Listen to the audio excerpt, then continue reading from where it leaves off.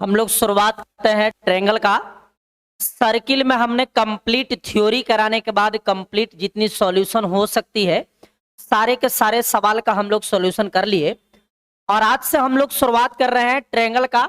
बहुत बेहतरीन टॉपिक होती है और एग्जाम में वेटेज की बात करें तो ट्रायंगल से मेंसुरेशन में ट्रायंगल से सबसे ज्यादा सवाल पूछे जाते हैं। ठीक है, तो triangle exam point of view से बहुत इंपॉर्टेंट है, जिसको आपको बारीकी से समझनी है।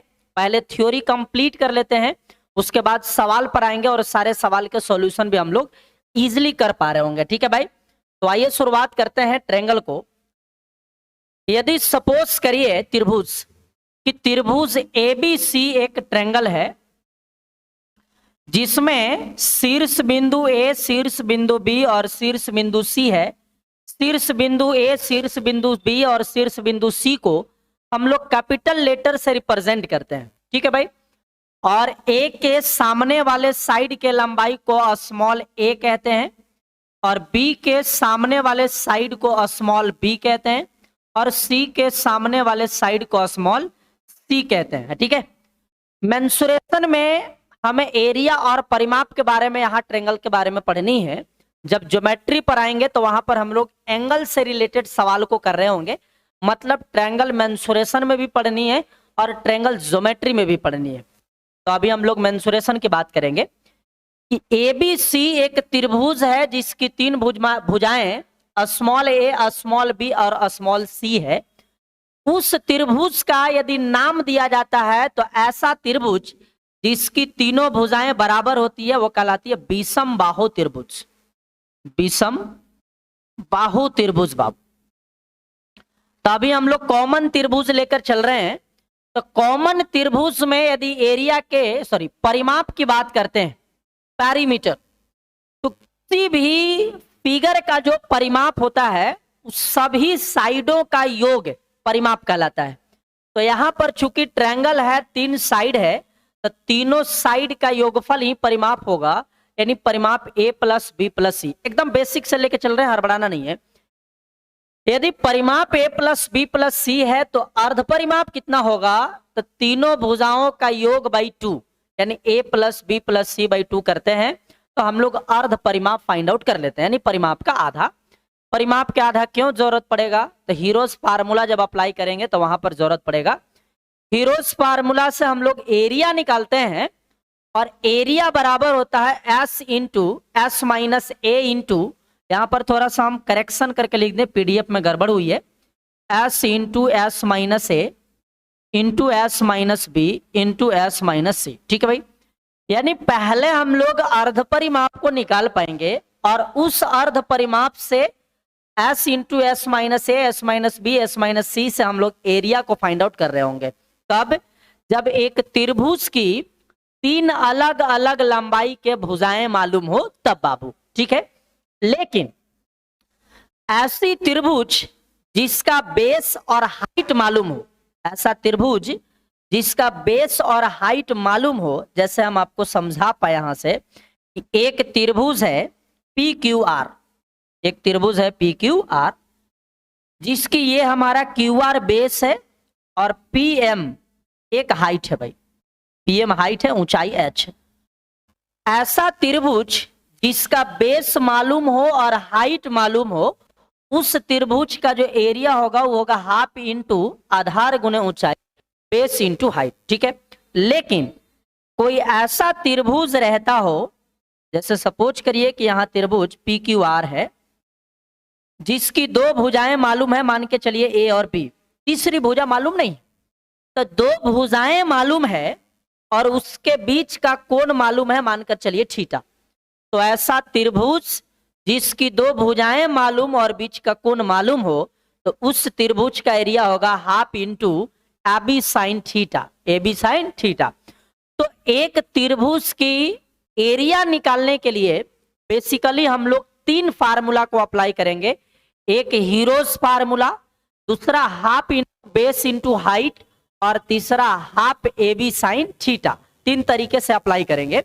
आगे चल करके हम लोग ट्रायंगल को क्लासिफाई करेंगे, डिवाइड करेंगे कि कितने टाइप का ट्रायंगल होते हैं और हर ट्रायंगल में कैसे कैसे एरिया और परिमाप पे हम लोग काम करेंगे, लेकिन बेसिकली हमें एरिया के बारे में समझनी थी, तो 3 तरीके से हम लोग अप्लाई कर सकते हैं। ठीक है, अब यहां पर एक बात समझिए, क्योंकि इस पर एग्जाम में बहुत बार पूछी गई है सवाल कि किसी त्रिभुज के भुजा का अनुपात और ऊंचाई का अनुपात एक दूसरे का रिवर्स होता है। बेस और भुजा का अनुपात, साइड का अनुपात और हाइट का अनुपात एक दूसरे का रिवर्स चलता है। यानी यदि तीनों भुजाओं का अनुपात ए, बी और सी के रेशियो में है, तो उसका हाइट का रेशियो बराबर होगा 1/h1, 1/h2 और 1/h3। अब समझिए कि एक त्रिभुज के भुजा का अनुपात और हाइट का अनुपात का रेशियो रिवर्स क्यों होता है, इस बात को समझने का प्रयास करिए। यदि हम बात करते हैं कि ये एक त्रिभुज है और इस त्रिभुज में हम बात करते हैं बाबू के यहाँ पर बेस हो गया बी और इसका हाइट हो गया एच बी। ठीक है, हाइट हो गया एच बी, तो इस त्रिभुज का एरिया होगा हाफ इंटू आधार गुने ऊंचाई, आधार गुने ऊंचाई। तो आधार बी हो जाएगा और ऊंचाई एच बी हो जाएगा, तो बी गुने एच बी, ये हो गया एरिया। यदि हम इसको बेस मानकर चलते हैं तो ये बेस हो गया सी और इसका हाइट हो गया एच सी, तो एरिया होगा half into base into height यानी एच सी। ये दूसरी एरिया हो गया दूसरी तरीके से। और तीसरा का देखेंगे, यदि हम इसको बेस मान ले तो half into base into height, height हमारा एच ए हो जाएगा, तो half into base into height H A. चूंकि एक ही त्रिभुज का 3 तरीके से एरिया निकाला गया है, तो हम कह सकते हैं कि ये तीनों एरिया जो होगा वो आपस में क्या होगा, बराबर होगा। आपस में जैसे ही बराबर करते हैं तो यहां से एक खूबसूरत सा रिजल्ट आ जाएगा। इसके बराबर में यदि हम के मान दें तो आप बताइए इतना बराबर के, तो हम कह सकते हैं पहले तो हाफ हाफ और हाफ कट जाएगा, तो b इंटू एच बी बराबर के है। तो बताइए एच बी का मान के बट्टा बी आएगा कि नहीं आएगा, और के चूंकि कांस्टेंट है तो 1/b हो जाएगा। यानी हाइट का अनुपात बेस का रिवर्स हो गया, हाइट का अनुपात का रिवर्स हो गया। तो यहीं से निकलता है कि किसी भी त्रिभुज में यदि 3 भुजाओं का अनुपात मालूम है तो उसके ऊंचाई का अनुपात भुजा के अनुपात का रिवर्स हो जाता है, व्युत्क्रम हो जाता है, विलोमा अनुपाती हो जाता है। ठीक है भाई, अब चूंकि इस पर सवाल पूछी गई है, ध्यान से समझिए और 2 सेकंड में आंसर को निकालने का प्रयास करिए। कहा गया है कि एक त्रिभुज एबीसी में भुजाएं 8, 6 और 12 है, तो उस त्रिभुज के ऊंचाई का अनुपात क्या होगा। तो भुजा का अनुपात दिया है भाई, कितना दिया है 8:6:12, और पूछता है कि हाइट का अनुपात क्या होगा। तो हमें पता है कि भुजा के अनुपात का रिवर्स हाइट का अनुपात होता है, तो पहले इसकी अनुपात निकालिएगा तो 4:3:6 हो जाएगा। अब इसका रिवर्स कर देंगे तो हाइट हो जाएगा 1/4, 1/3 और पुनः 1/6। अब ये रेशियो देखिए भिन्न में आ गई, तो भिन्न वाले रेशियो को बैलेंस करने का तरीका है कि नीचे वाले नंबर का एलसीएम ले लीजिए, तो 12 और 12 में सबसे गुना कर दीजिए। 12 में गुना करेंगे तो 4 तिया 12 3, 3 चौका 12 4 और 6 दूना 12 तो 2, यानी आंसर हो जाएगा 3:4:2। ऑप्शन नंबर कौन, सी हो जाएगा। एक बार बोल लीजिए हमारे साथ कि किसी भी त्रिभुज में भुजा का अनुपात और ऊंचाई का अनुपात एक दूसरे का रिवर्स होता है, एक दूसरे का व्युत्क्रम होता है, उल्टा होता है। जैसे सेम सवाल एक और है, कहा गया है कि एक त्रिभुज PQR की 3 ऊंचाई क्रमशः 10 सेंटीमीटर, 5 सेंटीमीटर और 12 सेंटीमीटर है। एक त्रिभुज की हाइट का रेशियो दिया है 5, 10 और 12, और सवाल कहता है कि उस त्रिभुज की तीनों भुजाओं का अनुपात क्या होगा। तो हाइट का रिवर्स भुजा और भुजा का रिवर्स हाइट हो जाएगा। तो यहां से साइड निकालना है ना भाई, तो साइड हो जाएगा 1/5, 1/10 और 1/12। अब इन तीनों का एलसीएम हमारे ख्याल से 60 हो जाएगी, तो 60 से सब में गुना कर दो ताकि रेशियो बैलेंस हो जाए। 12 पंचे 60 यानी 12, 10 छक्के 60 यानी 6 और 12 पंचे 60 यानी 5। तो आंसर हो जाएगा 12:6:5, जो कि आंसर ऑप्शन नंबर ए हो जाएगा। क्लियर है? बहुत बार एग्जाम में पूछी गई ये सवाल, मतलब कहा नहीं जा सकता कि कितनी बार ये एग्जाम में आया हुआ है। ठीक है भाई, तो 2 सेकेंड से 3 सेकेंड सवाल बनाने में लगेगी कि भुजा का अनुपात और हाइट का अनुपात एक दूसरे का क्या होता है, रिवर्स होता है, उल्टा होता है। ठीक है भाई, अब यहां थोड़ा सा आगे बढ़िए। एक कोसाइन रूल होता है, जैसे एबीसी एक त्रिभुज है। ठीक है, एबीसी एक त्रिभुज है जिसकी 3 भुजाएं क्रमशः ए, बी और सी है।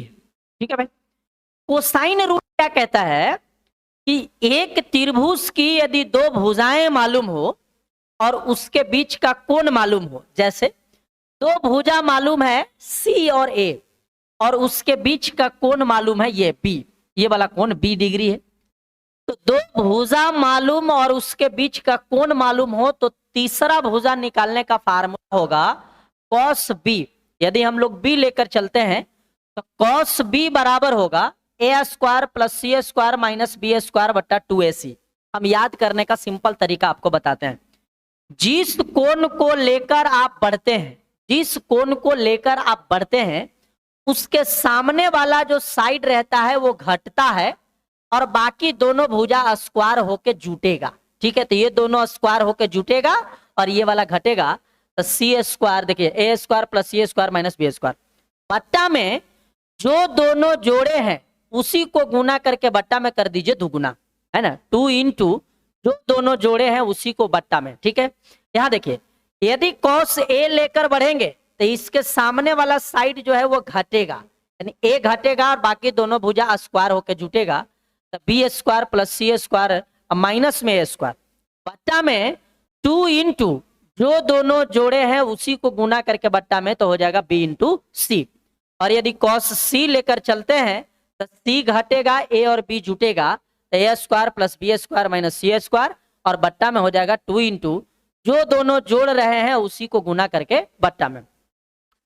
ये बहुत बार एग्जाम में सीजीएल जो है इस पर सवाल अच्छा खासा बनाया है कि 2 साइड देता है या फिर देने का कोशिश करता है और तीसरा साइड के बारे में आपसे पूछता है कि कितना होगा, तो वैसी केस में हम लोग कोसाइन रूल को अप्लाई कर रहे होंगे। जैसे एक सवाल देखिए आया हुआ है भाई, सवाल कहता है कि एक समबाहु त्रिभुज एबीसी में प्रत्येक भुजाएं 10 सेंटीमीटर है। अच्छे से समझ लीजिएगा, एक त्रिभुज एबीसी में प्रत्येक भुजा की लंबाई 10 सेंटीमीटर है।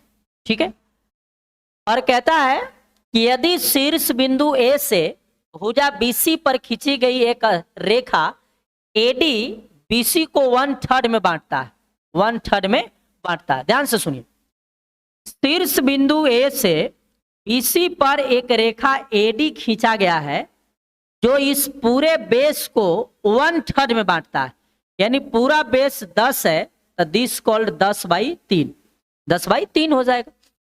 तो कहता है कि बताएं एडी की लंबाई क्या होगा, तो एडी की लंबाई को हम मान लेते हैं x। ध्यान से देखिएगा बाबू, एबीसी एक त्रिभुज में शीर्ष बिंदु ए से बीसी पर एक लाइन खींचा गया है जो बीसी को 1/3 में विभाजित करता है। 1/3 कहने का सॉरी कि पूरा लंबाई 10 होगा तो ये 10/3 हो जाएगा।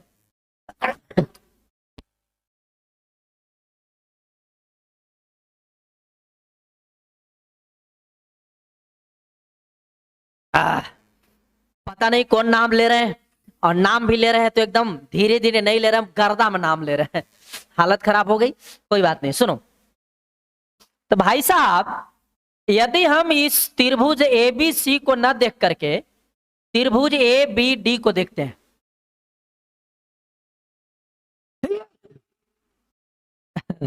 ए बी डी में, भाई साहब माफ कर देना क्योंकि रोक नहीं पा रहे हैं।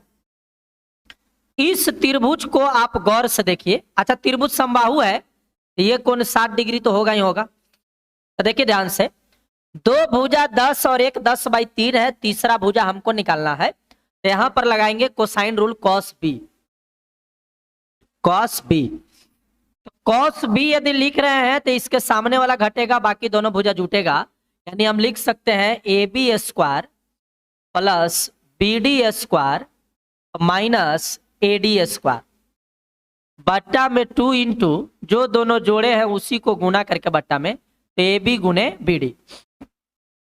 यहाँ पे cos 60 डिग्री बराबर ए बी हो जाएगा 10 का स्क्वायर, ये हो जाएगा 10/3 का स्क्वायर, माइनस में x का स्क्वायर बट्टा में 2 इंटू 10 गुने 10/3।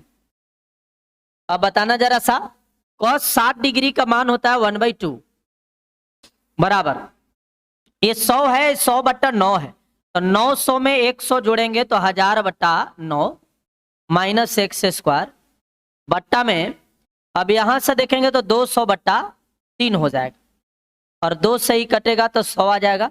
100/3 यहां आएगा तो हम लिख सकते हैं 1000/9 माइनस x स्क्वायर बराबर में 100/3 यहां आएगा तो 100/3 माइनस x स्क्वायर उधर जाकर के प्लस में हो जाएगा x स्क्वायर, तो ये वाला इधर आके घटेगा तो एलसीएम 9 हो जाएगा। 3 तिया 9 300, 1000 में से 300 घटेगा तो 700, तो x का मान कितना हो जाएगा 100 गुने 7 करिएगा तो 10√7/9 आंसर, सॉरी 3 हो जाएगा 10√7/3, जो कि आंसर ऑप्शन नंबर कौन हो जाएगा, बी हो जाएगा। क्लियर है? तो यहां पर हम लोग कोसाइन रूल को अप्लाई करते हैं कि दो साइड मालूम हो तो तीसरा साइड हम लोग इजिली कैसे निकाल पाएंगे, तो कोसाइन रूल को लगा करके 10√7/3 हम लोग निकाल सकते हैं। ठीक है भाई, अब यहां से देखो जरा सा गौर करना कि यदि त्रिभुज में तीनों भुजाओं को स्पर्श करते हुए अंदर से एक वृत्त खींचा जाता है तो इस वृत्त को हम लोग कहते हैं अंतःवृत्त, इन सर्कल, अंतःवृत्त। और एक त्रिभुज में तीनों शीर्ष को स्पर्श करते हुए जो वृत्त खींचा जाता है यह कहलाता है बाह्य वृत्त, यह कहलाता है बाह्य वृत्त, सरकम सर्कल। ठीक है, इंग्लिश बोलते चल जा रहे हैं। ये हो गया बाह्य वृत्त और ये हो गया अंतःवृत्त। अंतःवृत्त का ये केंद्र बिंदु है O, तो केंद्र बिंदु से परिधि को टच करते हैं तो ये कहलाता है अंतःवृत्त की त्रिज्या। ये तीनों है अंतःवृत्त की त्रिज्या। और किसी वृत्त में, सॉरी किसी त्रिभुज में अंतःवृत्त की त्रिज्या बराबर होता है डेल्टा/S। डेल्टा जो होगा वो एरिया ऑफ ट्रायंगल है, एस जो होगा वो सेमी पेरीमीटर है, अर्ध परिमाप है। ये हो गया area of triangle, area of triangle, और ये हो गया अर्ध परिमाप सेमी पेरीमीटर। ठीक है, सेमी पेरीमीटर। उसी तरीके से यदि बाह्य वृत्त की त्रिज्या निकालना हो, जैसे यहां से देखिए केंद्र बिंदु से परिधि को टच करेंगे तो ये कैपिटल R हो जाएगा, और ये भी बाह्य वृत्त की त्रिज्या होगा, और ये भी बाह्य वृत्त का त्रिज्या होगा। तो बाह्य वृत्त की त्रिज्या कैपिटल R बराबर होता है ABC/4 डेल्टा, जहां ABC तीनों साइड है, ये A हो जाएगा, ये B हो जाएगा, ये C हो जाएगा। ठीक है, तो एक बार बोल लीजिए हमारे साथ, किसी भी त्रिभुज में अंतःवृत्त की त्रिज्या डेल्टा/S और बाह्य वृत्त की त्रिज्या ABC/4 डेल्टा। ये हो गया कि सभी के सभी त्रिभुज में हम लोग अप्लाई कर सकते हैं, यानी कॉमन ट्रायंगल के लिए हम लोग अप्लाई करते हैं। ठीक है भाई, यहां तक किसी को कोई दिक्कत नहीं है। अब यहां से थोड़ा सा ट्रायंगल को हम लोग क्लासिफाई करते हैं कि त्रिभुज में मेंसुरेशन में जो चलना रहता है वो जनरली 4 त्रिभुज को हम लोग अप्लाई करते हैं, समबाहु त्रिभुज, समकोण त्रिभुज, समद्विबाहु त्रिभुज और विषमबाहु त्रिभुज। विषमबाहु त्रिभुज जैसे अभी हम लोग पढ़कर आए, और आगे हम लोग को 3 त्रिभुज अभी पढ़ना है, समद्विबाहु, समकोण और समबाहु त्रिभुज के बारे में। ठीक है, तो आइए एक एक करके हम लोग पढ़ते हैं। पहले समबाहु त्रिभुज के बारे में ध्यान से समझिए, पूरा इतिहास खोलेंगे इसका कि समबाहु त्रिभुज का पाठ पूर्जा क्या होता है। जैसे ABC एक समबाहु त्रिभुज है, थोड़ा लाल हम कर दें, लाल आ जाओ। जैसे ABC एक समबाहु त्रिभुज है जिसकी तीनों भुजाओं की लंबाई बराबर है A और A। जना रहा है ना मरून, कोई दिक्कत? हाँ जना रहा है। एक त्रिभुज की 3 भुजाओं की लंबाई बराबर बराबर रहती है तो वो कहलाता है समबाहु त्रिभुज। समबाहु त्रिभुज को एक लाइन में बोलते हैं तो सब इसका बराबर होता है। जैसे समझिए समबाहु त्रिभुज की तीनों भुजाएं आपस में बराबर होती है। समबाहु त्रिभुज की तीनों ऊंचाई आपस में बराबर होते हैं। समबाहु त्रिभुज के तीनों माध्यिका आपस में बराबर होते हैं। समबाहु त्रिभुज के तीनों कोण आपस में बराबर होते हैं। तो समबाहु त्रिभुज के सब बराबर, सब बराबर, सब बराबर। कौन तो एगो मूवी में डायलॉग है, ठीक है। तो एक त्रिभुज जिसकी भुजा ए और ए है और जिसकी तीनों कोण भी आपस में बराबर होता है, जिसमें प्रत्येक कोण 60 डिग्री का होगा, प्रत्येक कोण 60 डिग्री का होता है। तो आप ध्यान से समझिएगा, ये ऊंचाई एरिया सबको हम प्रूफ करते चलते हैं, पाठ पुर्जा खोलेंगे। तो शीर्ष बिंदु से सामने के भुजा पर लंब डालिएगा। मान के चलिए एडी एक लंब डालते हैं। तो शीर्ष बिंदु से सामने के भुजा पर डाला गया लंब भुजा को 2 बराबर भागों में बांटता है। तो पूरा लंबाई ए था, तो ये वाला लंबाई a/2 होगा और ये वाला भी लंबाई a/2 हो जाएगा, हाफ हाफ में डिवाइड हो जाएगा। शीर्ष बिंदु से सामने के भुजा पर डाला गया लंब भुजा को 2 बराबर भागों में बांटता है। तो हाफ हाफ a/2 और a/2 हो गया। और यहीं से हमारा ऊंचाई निकल जाएगा। एडी एक प्रकार का समबाहु त्रिभुज का ऊंचाई है और एडी का लंबाई जो होगा वो आप ध्यान से देखिए, त्रिभुज एडीसी में, त्रिभुज एडीसी में कैसे निकाल पाएंगे, ध्यान से देखिए। तो इस त्रिभुज में 90 डिग्री के सामने वाला साइड कर्ण हो जाएगा, ये लंब हो जाएगा और ये आधार हो जाएगा। तो यहां से एडी का लंबाई एक प्रकार का लंब है और लंब होता है अंडर रूट कर्ण स्क्वायर माइनस आधार स्क्वायर, यानी ए स्क्वायर माइनस ए स्क्वायर बट्टा 4। अरे दोनों का स्क्वायर हो गया। अब यहां से एडी का जो मान आएगा मेरे भाई, एलसीएम हो जाएगा 4, 4 ए स्क्वायर में ए स्क्वायर घटेगा तो 3 ए स्क्वायर बाई 4। तो यहां से एडी जो आएगा 3 का वर्गमूल √3, ए स्क्वायर का वर्गमूल ए और बट्टा में 4 का वर्गमूल 2। तो एक समबाहु त्रिभुज का ऊंचाई निकल करके आ गया √3 बट्टा 2 इंटू ए। और वही चीज फार्मूला में यहां अप्लाई किया हुआ है कि समबाहु त्रिभुज की ऊंचाई √3 बट्टा 2 इंटू ए। बाबू क्लियर है? यहां से ऊंचाई के बारे में पोस्टमार्टम हो चुका है। अब आइए एरिया जो हम लोग याद करते हैं √3 बट्टा 4 गुने भुजा स्क्वायर, वो कहां से आता है?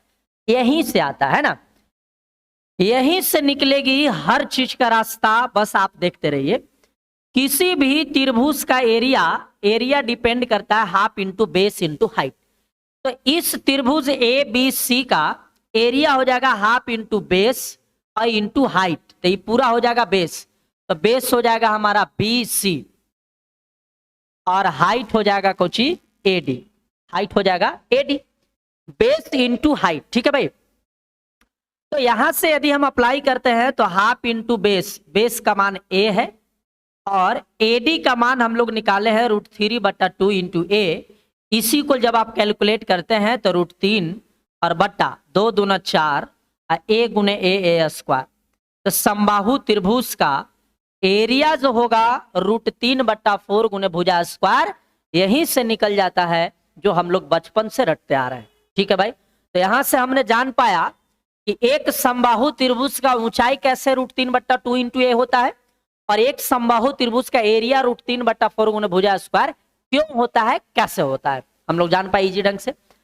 अब समझिएगा कि समबाहु त्रिभुज में अंतःवृत्त की त्रिज्या निकालना हो, यहां से यदि हम अंदर अंदर एक वृत्त खींचते हैं मेरे भाई इस रूप में, तो ये हो जाएगा हमारा सेंटर और ये हो जाएगा अंतःवृत्त की त्रिज्या, अंतःवृत्त की त्रिज्या। तो वो अंतःवृत्त की त्रिज्या जो होगा वो a/2 √3 हो जाएगा। और यदि बाहर बाहर से वृत्त खींचते हैं इस रूप में, जो कि ये सेंटर से परिधि को टच करेंगे, थोड़ा कलर हम चेंज कर दे मेरे भाई, कलर चेंज कर दूं, क्या कर दूं, लाल कर देता हूं। ये वाला कहलाएगा बाह्यवृत्त के त्रिज्या कैपिटल आर, ये भी होगा कैपिटल आर और ये भी होगा कैपिटल आर। तो बाह्यवृत्त की त्रिज्या हो जाएगा a/√3 और अंतःवृत्त के त्रिज्या a/2 √3। क्यों होता है इस बात को समझिए कि ये कहलाता है बाबू, ये केंद्रक, माध्यिकाओं के कटान बिंदु को हम लोग केंद्रक कहते हैं। और केंद्रक पूरे माध्यिका को 2:1 में डिवाइड कर देता है, 2:1 में डिवाइड कर देता है। यानी हम कह सकते हैं कि जो एडी हाइट है √3/2 इंटू ए। ये जो हाइट है वो टोटल कितना पार्ट पे है, 2 और 1 3 पार्ट पे है, और 3 पार्ट पे ये मान 3 अनुपात पे है, तो 1 अनुपात पे मान कितना होगा, सॉरी 2 अनुपात पे मान कितना होगा, तो 2 से गुना करते हैं, 2 से ही 2 कट जाएगा और इससे ही कटेगा तो √3 हो जाएगा। तो a/√3 यहीं से निकल गया बाह्यवृत्त का त्रिज्या, a/√3। और उसी तरीके से यदि अंतःवृत्त का त्रिज्या निकालना होगा तो 1 अनुपात से गुना हो जाएगा, यानी यहाँ जो 2 है यहाँ पर 1 से गुना करिएगा तो ये वाला निकल जाएगा a/2√3। क्लियर है यहाँ तक? तो ऐसे भी हम लोग याद रखते हैं भाई कि अंतःवृत्त की त्रिज्या बाह्यवृत्त के त्रिज्या के आधा होता है। सुन लीजिए, अंतःवृत्त का त्रिज्या बाह्यवृत्त के त्रिज्या के आधा होता है। और यदि त्रिज्या मालूम है तो त्रिज्या मालूम रहने के बाद वृत्त का एरिया, तो एरिया होता है πr²। तो यहां से πr² करेंगे तो स्क्वायर करने के बाद रिजल्ट होगा πa²/12। और यहां पर भी यदि त्रिज्या मालूम है तो एरिया हो जाएगा πr²। जब ये स्क्वायर करते हैं तब πa²/3 πa²/3। तो हम लोग दोनों चारों चीज याद रखेंगे, अंतःवृत्त के त्रिज्या a/√3 और अंतःवृत्त के क्षेत्रफल πa²/12। बाह्यवृत्त की त्रिज्या a/√3 और बाह्यवृत्त का क्षेत्रफल πa²/3। आप एक चीज यहां पर गौर करिए, बाह्यवृत्त के त्रिज्या का डबल होता है, सॉरी अंतःवृत्त के त्रिज्या का डबल होता है बाह्यवृत्त का त्रिज्या।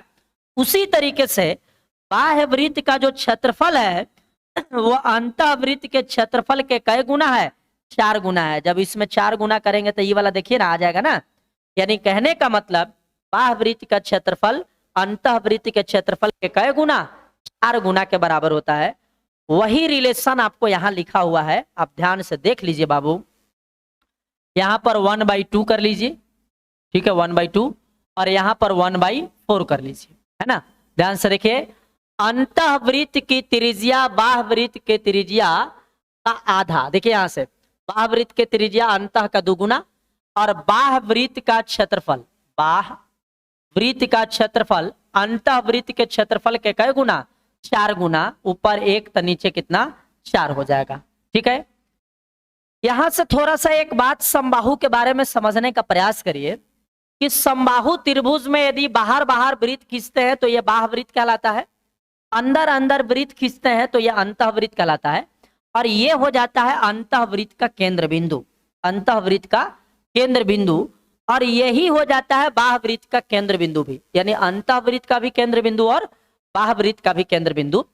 तो इस केंद्र बिंदु को, सेंटर को हम लोग नाम देते हैं अंतः केंद्र, परिकेंद्र, लंब केंद्र और केंद्रक। अब समझिए इसके बारे में एक एक लाइन में समझाते चलते हैं। अंतः केंद्र किसको कहते हैं? तो एक त्रिभुज के अंदर में खींची गई एक वृत्त के केंद्र बिंदु को कहते हैं अंतः केंद्र, और एक त्रिभुज के बाहर से खींची गई वृत्त के केंद्र बिंदु को कहते हैं परिकेंद्र। ये बाबू बाह्य केंद्र जिसको बोलते हैं आम भाषा में, ठीक है। लंब केंद्र किसको कहते हैं? ऑर्थो सेंटर किसको कहते हैं? तो शीर्ष बिंदु से सामने के भुजा पर लंब डालिएगा, शीर्ष बिंदु से सामने के भुजा पर लंब डालिएगा, और यहां शीर्ष बिंदु से सामने के भुजा पर लंब डालते हैं, लंब। तो इस तीनों लंबों के जो कटान बिंदु होता है वही कहलाता है लंब केंद्र, और एक होता है केंद्रक। माध्यिकाओं के कटान बिंदु को केंद्रक कहते हैं। माध्यिका, एडी एक माध्यिका है, बी माध्यिका है, CF माध्यिका है, यहाँ पर बिंदु A है और यहाँ पर F है और यहाँ पर बिंदु D है, ठीक है।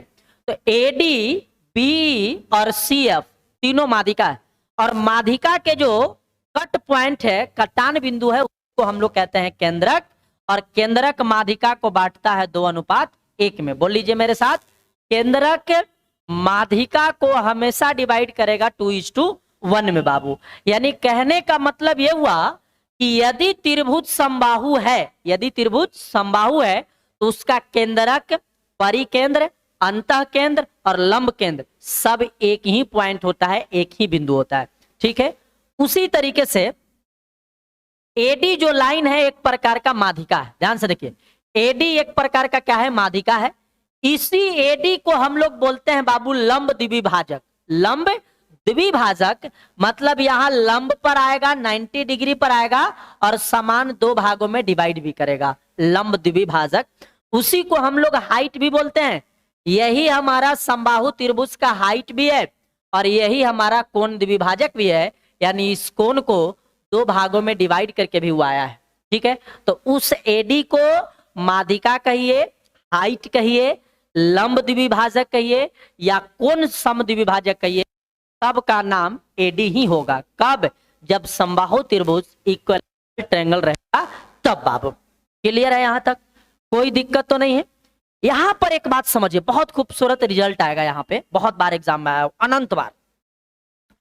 सपोज करिए कि एबीसी एक त्रिभुज है और त्रिभुज के अंदर में कहीं पर एक पॉइंट है जिसका नाम मान के चलिए ओ है, जिसका नाम ओ है। उस पॉइंट से तीनों साइड को टच करने वाले लाइन की लंबाई, एक लंबाई P1, एक लंबाई P2 और एक लंबाई P3 है।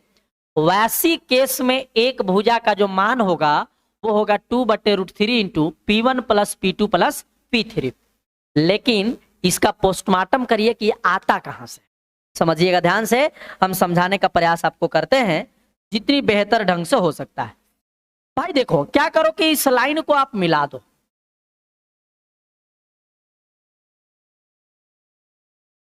ठीक है, इस लाइन को मिला दो। मिलाने से क्या होगा कि अब आप कंप्लीट त्रिभुज को ना देख करके आप इस त्रिभुज को गौर से देखिए। तो इस त्रिभुज को आप देखेंगे तो इस त्रिभुज में ये हमारा बेस होगा, है ना, बेस जिसका नाम ए है, और ये हमारा हाइट होगा जिसका मान P1 है। तो इस त्रिभुज का एरिया होगा half into base into height. Base A है और हाइट हमारा क्या है, P1 है।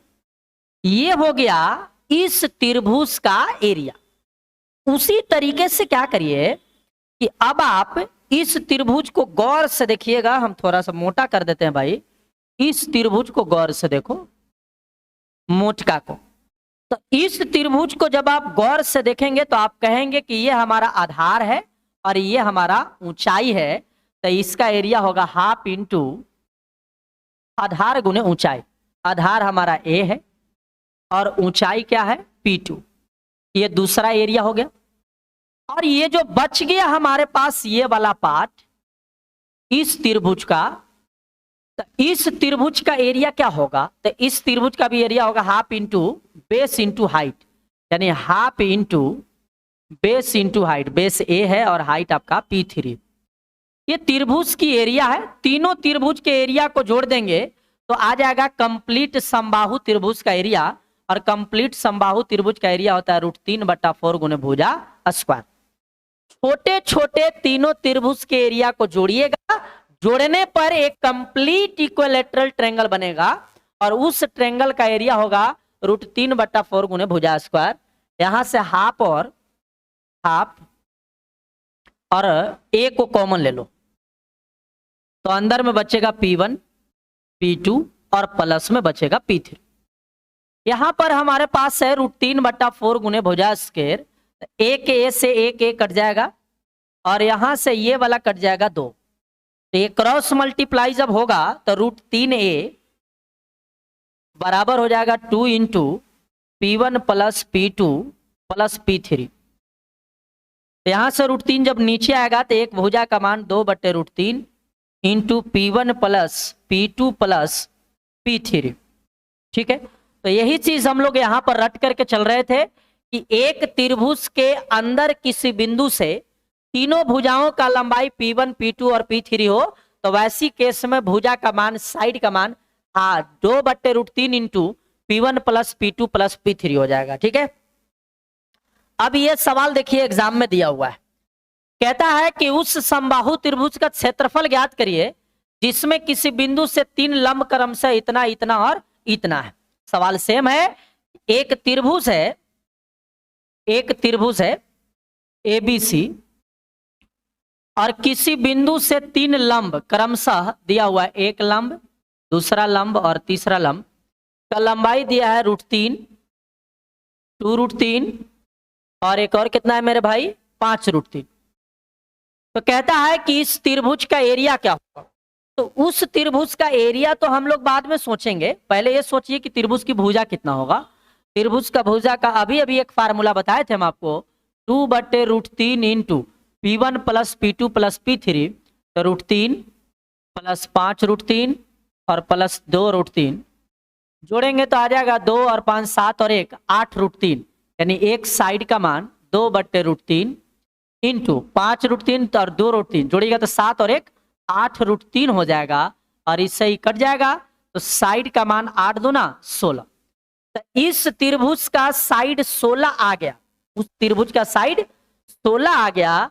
तो त्रिभुज का एरिया निकालना है, तो समबाहु त्रिभुज का एरिया होगा √3/4 गुने भुजा स्क्वायर, यानी 16 गुने 16। यदि काटते हैं मेरे भाई तो 4 चौका 16, 16 चौका 64√3 सवाल का उत्तर हो जाएगा, जो कि ऑप्शन नंबर कौन हो जाएगा, ए बाप, सॉरी बी। क्लियर है। तो त्रिभुज के अंदर किसी पॉइंट से खींचे गए 3 लंब की लंबाई दिया हो, तो वैसी केस में एक भुजा का मान निकाल लेंगे, और भुजा का मान निकालने के बाद हाइट पूछे या एरिया पूछे, कुछ भी पूछेगा तो इजीली निकाला जा सकता है, बशर्ते उसका साइड मालूम चल जाए तब बाबू। क्लियर है। अब यहां से हम लोग समकोण त्रिभुज की शुरुआत करेंगे, लेकिन आज शुरुआत नहीं करेंगे समकोण त्रिभुज, हम लोग नेक्स्ट क्लास में। समकोण के बाद समद्विबाहु है, यानी 10 मिनट का और थ्योरी रहेगा, और उसके बाद सवाल को दनादन बनाना हम लोग चालू कर देंगे। ठीक है भाई। तो हमने ट्रायंगल का थ्योरी कराने का हम प्रयास आपको करते रहे हैं अब तक, और आगे भी अभी बाकी है ट्रायंगल का बहुत सा पार्ट, और फिर सारे के सारे सवाल का सॉल्यूशन भी हम लोग करेंगे नेक्स्ट क्लास में। तब तक अपना और अपना परिवार का ख्याल रखिए। धन्यवाद, थैंक यू।